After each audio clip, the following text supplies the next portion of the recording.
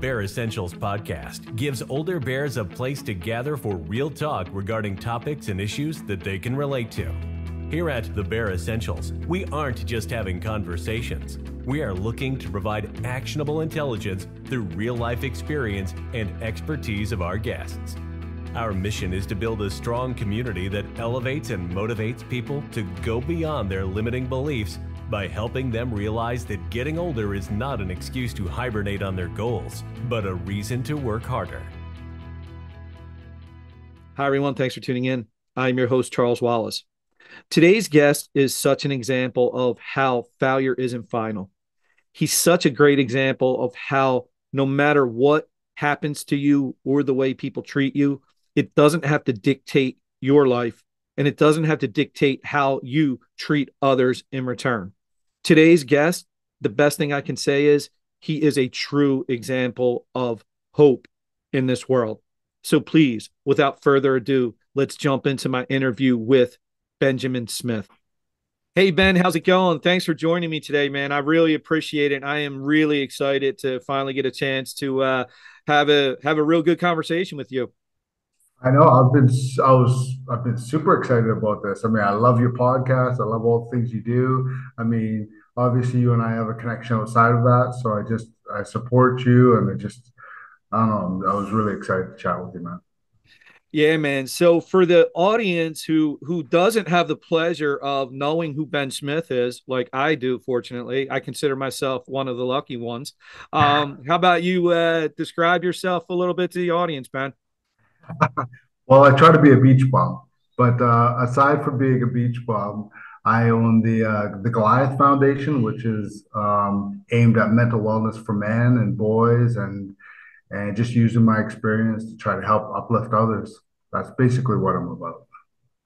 Yeah, and you do a great job of that, Ben, and we'll get into it, but you are definitely one of those people that I like to say, for the people that I speak with and talk to, I try to associate with people that I think make me better. You Mhm. definitely do a great job of uplifting. You're a real positive influence and role model for others. So I'm really, really happy to have you on and to help get your message across to even more people. Um, so I know what you do now.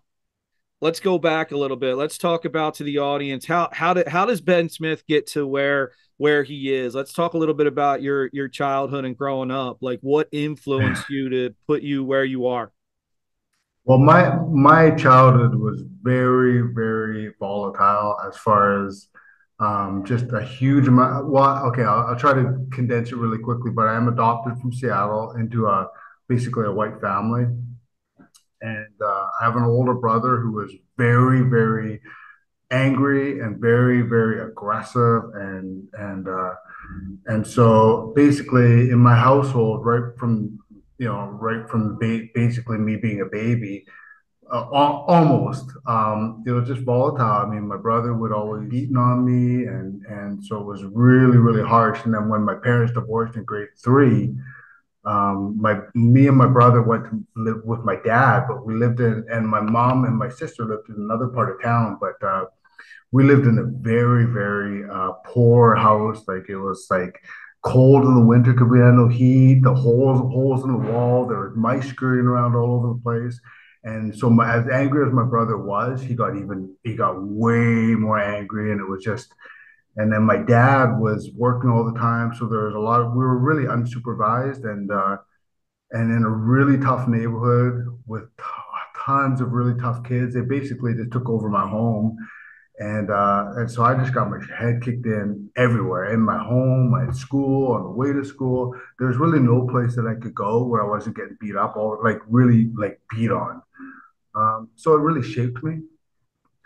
I mean, because I mean, in my own home, even when my dad was there, he never really stopped anything. He just was so exhausted. He just would sit on the couch with a vacant look in his eyes and watch me get my head kicked in. It's just like, so I'm like, what's going on here? I don't understand. Like, why am I such a piece of garbage that nobody is helping me? No teachers are not helping me. Parents aren't helping me. My own family's not helping me. I must be a piece of garbage. And then so I became a real delinquent kid, a real troubled kid, and high risk, and all these kind of things because when you grow up like that, where nobody's protecting you and you feel like you're so scared and you're so, I just don't understand. Like, why does nobody care to help me? It really kind of plays with your psyche, right? Yeah. Yeah. Well, So out of that was born those so many good things. Out of that, I say that pile of shit came, roses grew out of that. And that the roses was me understanding myself and how to pass that my knowledge on to other people. So yeah. So, and it's interesting though, right? Because you say how it shaped you. So, and then you get into being a bit of a delinquent youth. So I see how that shaped you as a youth, but I know the Ben Smith that I interact with now. So I think, and I'm really glad you bring it up because I think you're a real good example of even things that shape us in our youth. That stuff doesn't have to be final, and we can kind of dig our way out. And I want to talk about that a little bit, Ben. Like, so being a delinquent youth. Now, I know some of your story, right? Like, it was you were arrested. Am I right? You had been arrested, and then I think you even more than once, right? well, I was arrested in grade seven. I was arrested in grade eight for stealing a purse. And so I ended up doing community hours for that. And the crazy thing is, I was sent to an alternate school. So I finished my community hours on a Friday, I believe it was. And I knew I was already getting expelled from the alternative school. And no other teach schools would take me. I'd been kicked out of grade six, grade seven, grade eight. And so I finished my community hours for stealing a purse on a Friday, I believe it was. By Sunday afternoon, I was arrested again for breaking into a pub. And so I was taken to downtown, the police station, handcuffs, all this kind of stuff. I mean, I'm still in grade nine, and a judge or an adjudicator. I don't know. I don't think it was. I'm not sure if it was a judge or what it was. I just was in the police station, and the adjudicator said, "You're just not going to make it. You're going to be dead or in jail by the time you're 20." And I always, I've never forgotten him saying that to me. And I just remember around that time feeling like, oh man, I'm not going to make it. But then I started working out. I started lifting weights. I've been boxing, but the boxing gym closed. And so I felt kind of lost. But then I started lifting weights that summer, and it's just my whole life changed. And at that moment, when I kind of realized the power I had to change my life just by lifting weights or doing something positive and saying to myself, you know what? I'm not a failure. I can do something. I can, if with all I need is my willpower and my strength of character, and I've got through so much. And one day I'm going to have something to share with the world because I'm a fighter and I'm a survivor. And I remember saying that when I was 15, and I thought I was on my path, and then I got lost again. I got lost again. My daughter got taken. Like I was a young dad, 20, well, relatively. When I was 20, my daughter was born, and I went through a really nasty custody battle, and she was taken from me. I didn't know where she lived, and all these kinds of things. And and so I knew that I had this message in me, but it got lost. It kept getting lost because I kept falling and failing and falling and failing until eventually I had a breakdown. I had to just step back from all of the drama that I had gone through in my life. And I was almost 40 at this point. And I had to say, you know what? I need to make sense of this. I'd always been a journaler. Like I'd always, ever since I was really young, I've been a journaler. So I would journal my workouts, I journal my boxing workouts, I journal even my thoughts, but they got more as I got older. And so I really started to make sense of my life and what I had learned and what conclusions I had come to. And I finally came to the conclusion it's like life is too short. Every day I'm gonna wake up and I'm just gonna ask myself, am I happy? Like the moment I wake up, I'm gonna yawn, I'm gonna open my eyes, I'm gonna say, am I happy? And if I'm not, then let's fix it now. And I basically, when I made that decision, I said, I'm not living my life anymore with unhappiness. I just learned that it's like, you know what, unhappiness is a choice. And you have a choice to either do something about it or not. And I learned over, I mean, I wasn't even quite 40 yet. I'm 51 now. So I mean, honestly, since that moment when I just said, I'm not living any more of my life being unhappy, I've not had a bad day since. I mean, that's 11 years, right? what it takes is a commitment. It takes a commitment to say, you know what, life is too short, and I'm not, not everything is going to go the way I believe it should go, but I can always find positives in every situation, and I can always find the path to where I want to go if I'm just easy on myself and I try not to force it. And I just live that and I teach that, and I just found this to be absolutely true. You don't really ever have to be unhappy. It's a choice, right? Yeah, and I mean, Ben, I mean, just listening to you talk right now, I mean, a couple things pop out to me is that you people, I think people really, when they fail, too many people think failing is final. And you're a great example of, and myself too, in certain areas, like failing multiple times, but just, it's not final. It's a lesson we learn. And you're such a role model for people to just what you just said about, unhappiness. It is a choice, and we can choose to live in that unhappiness, or we can choose to make something of ourselves, which I mean, obviously you have. And myself being from Philadelphia, rich boxing history. I wasn't letting you get away from this. We got to talk a little bit about. Boxing. Let's talk about Ben Smith. And it happened a lot in Philadelphia too, right? Especially for the inner city kids. Myself doing a lot of boxing training, things like that. Like, how did that help you, Ben? I mean, you went, you know, you actually went, you trained, not just trained, you actually stepped into the ring and had some bouts. Yeah, I went pro actually, but yeah, for me, a lot of it was for me was I mean, I fell in love with boxing. I remember you and I talked about this before, but I fell in love when I watched Arturo Gatti fight Richard Pryor, and that was like 1982. I was like 11 years old. I was like, this is what I got to do, Mm. and I fell in love with it. But when I really like, I was in and out of boxing because the boxing gym closed, and then I went to weights, and then I got hurt again. I got hurt in my 20s, and I just was going to do some boxing just to rehabilitate. And the gym owner was like, "Dude, you got talent, man. You don't even have to pay. I'll give you a membership." He bought me all these supplements, boxing gloves, and all this stuff. He's like, "All you have to do, all I'm asking is that if you fight for me because you could see the potential." So that was a big thing with me as a boxer, and just in my own reflections about life is I did have some talent in some things, and and people had expectations for me, and I really felt a lot of pressure, like to live up to people's expectations. Because there's the one side of me that felt like an absolute failure on things, but then there's the other part of me where people are like patting me on the back because it's like, well, you could be a great bodybuilder. I had some talent for bodybuilder too, and wow, you could be one of the best in the world, and oh man, you could be this great boxer and all this stuff. So it's like you're a piece of garbage, but you're going to do this, you're going to do this, and if you can do this, then we'll love you. So I was like, my psyche was kind of like, well, I have to prove that I'm a worthy human being, because that's when people are patting me on the back, that when they should think that I'm going to be something. But if they don't think I'm going to be something, they're not going to love me. They're not going to like me. They're not going to accept me. So it was a thing. And again, in my book, I talk about that journey quite a bit, or I try to describe that journey a lot through the character.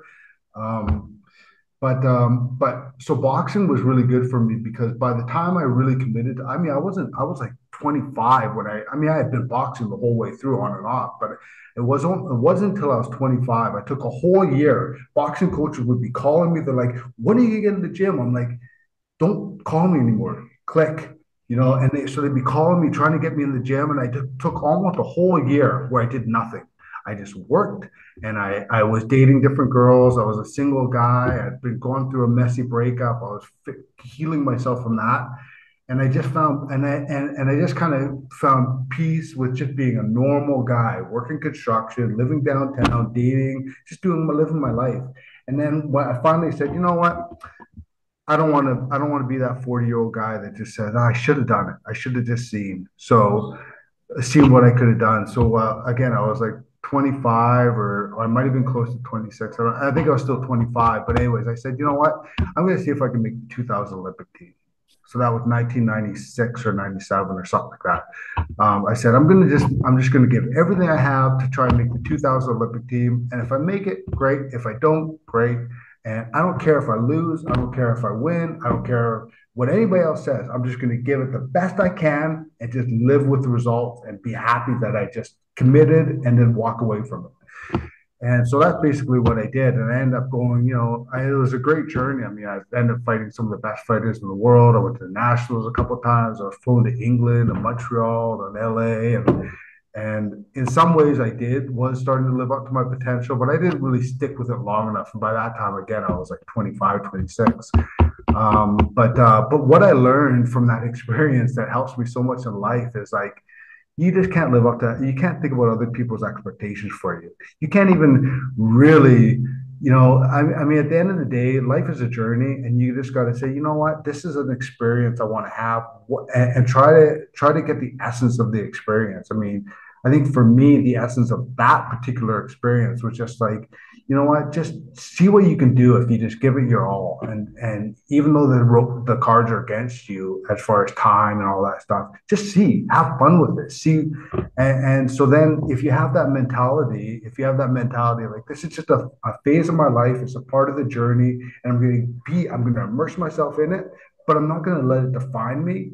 Then you can take those hits. You can, wins are great, but losses are great too. You lose, so what? You just like, I remember the first time I lost. I think you even saw the videotape of that when I got dropped.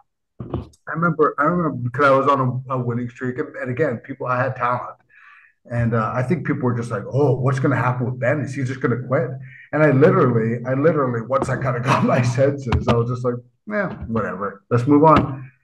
And it's been such a great learning thing through life, and I try to get people to understand that with the work that I do, that you're going to get knocked around in life a little bit, but so what? Don't take it so seriously.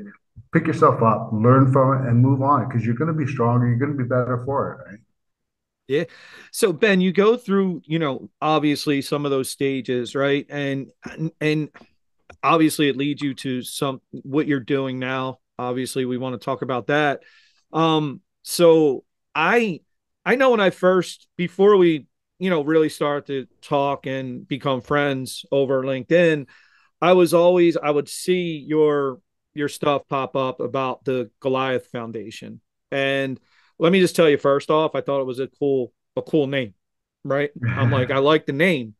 And it made me want to look a little bit more. And then I started to see more of what you were doing. And it was like, and let me be honest with you. I mean, for me, from when I started doing this earlier this past year, I looked to somebody like you, because I obviously didn't have, I still don't have figured out totally where I want to take this or what I want to do, but I do know I want to try to help people. And I think that's where I looked at somebody like you, and you're doing a fantastic job. So I wanted to talk a little bit about how did the foundation start, and what is your ultimate like goals, and what are you trying to do with the foundation? Well, the foundation started quite a long time ago because my wife, we've been together 21 years now, but we started it. We opened up a gym in Gibson's, and through the gym, so that was 2004. We opened up a gym, and I started working with the school board doing an anti-bullying program called the Gloves Off program, and I had an after-school program that was separate. So the school basically gave me a space to just take kids after school and teach them boxing and mentor them and this and that. So between the personal training and working with youth, because I was working with kids from 16 or 6 years old all the way up to adults. I had a lot of seniors, so I was working with everybody. But with all the kids that I was working with, it was like I felt like, and also because sorry, I'm kind of going off in tangents, but also because in Gibson's at that time, boxing people were when we came there were like boxing to help kids, boxing to stop bullying, boxing to stop violence. And I was like, yeah, but the thing is, when you teach people that feel respect for themselves and understand that with power comes responsibility, if you could teach those two things, that was always my thing. I'll teach you boxing, But with power, you have to step up now, and you have to protect people, and you have to, like, I mean, emotionally, and not use violence. I had a very hard, fast rule, hard, uncompromising rule that I'll teach you boxing, but if I ever hear that you've been fighting, I'll never teach you boxing again, not ever. Mm. And not one kid that I've taught boxing did I ever hear got into a fight. And in fact, many teachers said it was amazing. This kid was getting pushed around, but he didn't want to lose his boxers privileges, so he wouldn't fight back. He walked away. So those kind of things were super powerful to me. But I kind of felt like when the Goliath Foundation, when I first started kind of thinking about the Goliath Foundation, I was like, man, there's this stigma about boxing, and there's me trying to change my community's perception about boxing. And then there's me, thinking about myself as little Dave, this little kid that was never going to be anything but a delinquent in jail or not even make it that far because he'd be dead. And here I am impacting all these lives. Who would have thought it? Who would have thought it? My teachers, my friends, my family could not have imagined little Ben slash David taking on Goliath, which is this monster in my mind of like all these reasons why I was a failure and I would never be more than my brother's punk ass little brother who was just a punching bag, right? So that's where the whole Goliath kind of image came from, which is that like this little kid that kind of became so much more than he could have than was expected of. Ben, yeah. I mean, and watching what you do with the foundation is pretty amazing to me. And you mentioned it a few times. I wanted to ask you this, man, right? And for me, living in Philadelphia where I live, right? Because you've said it like three times now, and I won't say it, but you've said the N word, right? Yeah. Does that? I'm curious. Does that hurt you still? Because you say it, and when I watch you say it, it does bother me because I wonder, does it still bother you, or have you just come to the fact that in your mind it's just that was a them problem? Like, how do you feel about that now? I actually I tell people this, because to me, I try to accept people for where they are, and ignorance or not understanding or whatever is what it is. But I try to tell people like every time I hear it, I don't care if it's in a rap song, I don't care if it's kids on the street or whatever, it hurts me. It hurts me. But I also understand that not everybody is going to have the same history of it that I do, or the same. I mean, people of my generation. I can't imagine anybody of my generation not being hurt by that because, I mean, every time you hear it for a black person of my generation, at least, like it's very, very, very much linked to the abuse and the slavery and the like. It's so painful, right? So yeah, I mean, that's the thing that people just need to understand. You can say it, and you can hear it on rap songs, and you can hear people say it all day, every day, whatever. But for people, at least of my generation, it will always hurt, and it will never stop hurting because it's too many. It's 400. It's more than 400 years of entrenched, pain. Yeah, no, I appreciate you being blunt and honest about that. And the other thing that I think the reason I wanted to ask you too, because I think, and I could tell when you were saying it, and I think you explained it well, is that I don't think you give anybody a pass with that. Like, you know what I mean? Which is No. the way it should be. You know what I mean? It's like that you just, it can't be, it's okay for some, not for others. And I think the way you explained it, especially because we're similar generation, you and I. Mhm, And I mhm. think that I mean that was definitely wasn't expecting anything than open, honest answer from Ben Smith. So thanks for that. Well, I just want to elaborate on that a little bit too, because again, my brother, my adopted brother, because he did it, and there were no consequences even in my own home when he was doing it. Everybody did it. Everybody called me that, so it's super painful for me. It always has been, but you grow up and you learn how to deal with things, and you understand that people's ignorance. People don't mean to be. Nobody means to be. Nobody intends to be bad. People just do what they do, right, with what they have access to, right?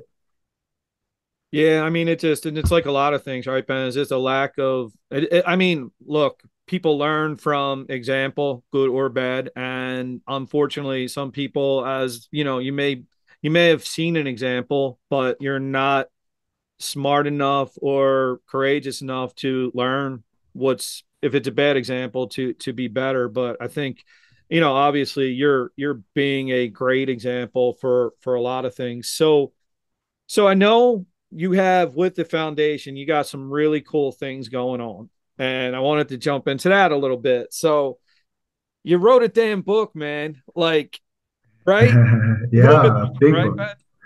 a big book. Let's talk about the book a little bit. When a little bit of details. Let's tease the audience. Talk about when it's coming out, and let's get people excited. Yeah, no, I'm super excited. I mean, this book, it kind of just when I was like 39 or whatever, I just said, oh, I just gotta move on. I just want to be happy. And it was so funny because I'd wanted to write a book. I'd written some scripts. I wrote a little book, but I had this story inside of me about my life, like that I need to get out. And as soon as I just kind of found peace with my past, and I just, you know what, life's too short. I just want to be happy. It just came out of me, 200,000 words in like a matter of probably 2 months, maybe, or not even that, probably a month of writing, just writing. Um, and it basically is the story of me being like shortly after I went to pick up my daughter. She was 3 years old. I just turned 24. Um, and she was gone. I didn't know where she was. This had come after a year-long custody battle over. I'd almost been killed in a major work accident that still affects me to this day. They said I might not walk normal again. I was admitted to the hospital for a suicide attempt. My place had got broken into and everything I owned was stolen. I had to live. I survived in this mouse infested apartment with my girlfriend by gambling every night, praying to God that we would have enough money to eat. And so this year, I just come out of this incredibly hard year. I tore my pec doing bench presses. I fell off a balcony and almost broke my neck. Like it was unbelievable. And then, but I finally had won the right to see my daughter 3 out of every 7 days after not seeing her unsupervised for a year of unsupervised visits with this little girl that was my angel.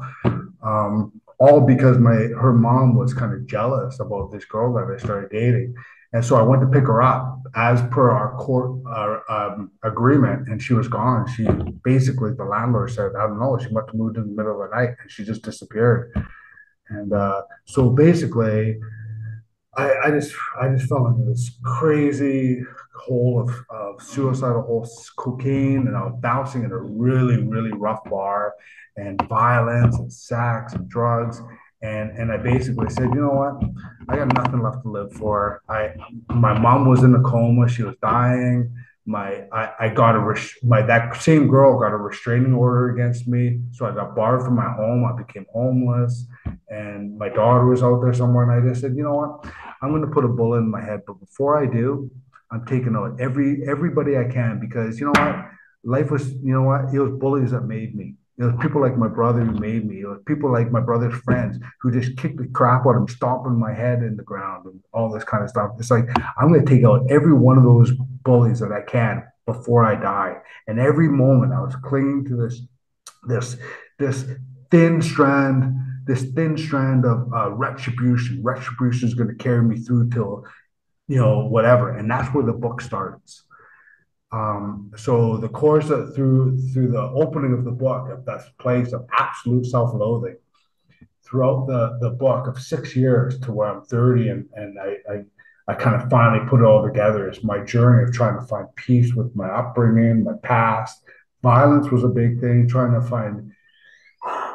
find peace from this addiction, because now it's an addiction. Violence is an addiction, and just trying to figure out life. So it's broken into three different books. So the first one that comes out in December 15th is called The Day I Tried to Live.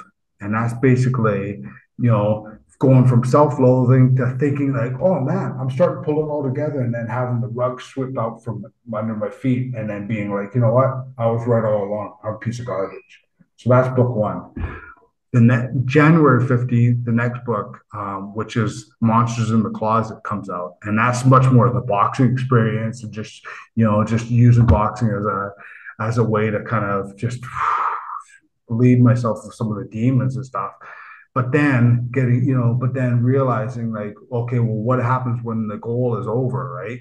You still have to live. So then book three, which comes in out a month after that, is killing Goliath, which is basically I got to find peace for it to kill the monster in my head. The monster Goliath throughout the whole story is this monster inside. I wrote it like as a fictional character, so I'm Daniel, and everybody's names just changed. So it reads like it's fictional, but it's my story. I just changed little parts I had to hide people's identities and some situations that were pretty sketchy that I had to kind of find a way to kind of massage so that nobody would really be able to kind of say, oh, Well, but Well, I'm excited for all three books, and that's why I thought it was perfect timing to have you on because I mean Ben, I'm not just saying this because we're friends now and that we're part of NGBN and we have a similar mission. Like I respect you, Ben. Honestly, I wanted to say that to you thank you. on like face to face. I respect you as a man, as an individual, and I really respect what you're doing. And part of me, I definitely look up to you as to what you're doing.